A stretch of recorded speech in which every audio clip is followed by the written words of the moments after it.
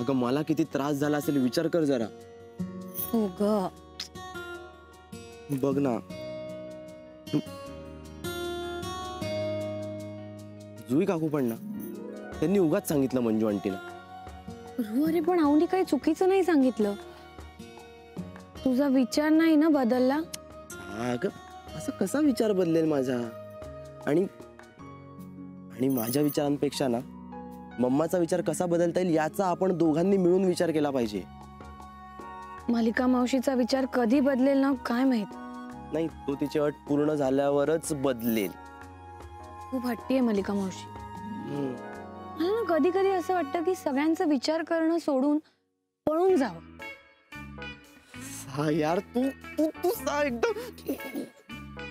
अरे काय आयडिया दिलीस तू सा. तू ना मेरी मुंह की बात छीन ली यार. मी काय म्हणतो, आपण ना सैराट मधल्या परशा आणि आर्ची सारखं पळून जाऊया ना. खरंच चल आत्ता जाऊया लगेच. इतकं फिल्मी काहीतरी करण्यापेक्षा ना तू अरेंज मॅरेज केलेलं चालेल मला. साग तू थोडासा विचार कर ना. म्हणजे एव्हा ना आपण पळून जाऊन लग्न करण्याचा निर्णय घेतला असता ना, तर दूर कुठेतरी असं काठी माती गोळा करून छोटंसं छानसं घर असलं असतं ग आपलं, जिथे फक्त तू आणि मी आणि असा छान हिरवागार निसर्ग. एकदम रोमॅन्टिक हिंदी फिल्म सारखं. किती रोमॅन्टिक वाटलं असतं ना सगळं.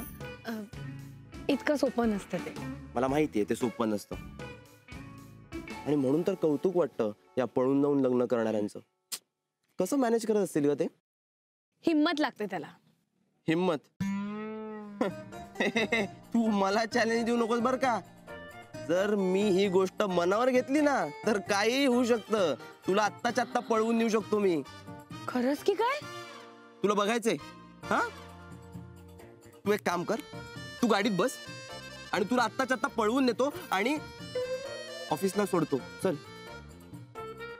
बदललाच विषय. घाबरट? मी घाबरट बिबरट नाही. ते मला ऑफिसला जायला उशीर होतोय आणि मम्मा पण किती चिडली आहे तुला माहितीये ना. आपण जाऊ ना, मुहूर्त काढून पळून जाऊ. आपण आत्ता नको. चल. सॉरी चल.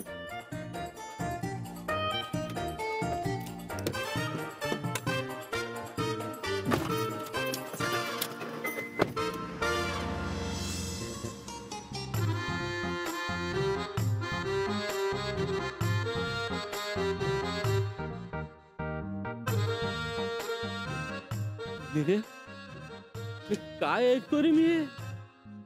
तुझं स्वप्न पळून जायचं स्वप्न बघतोय रे. नाही नाही, मला माझ्या मुलासाठी काहीतरी करायलाच हवं. मला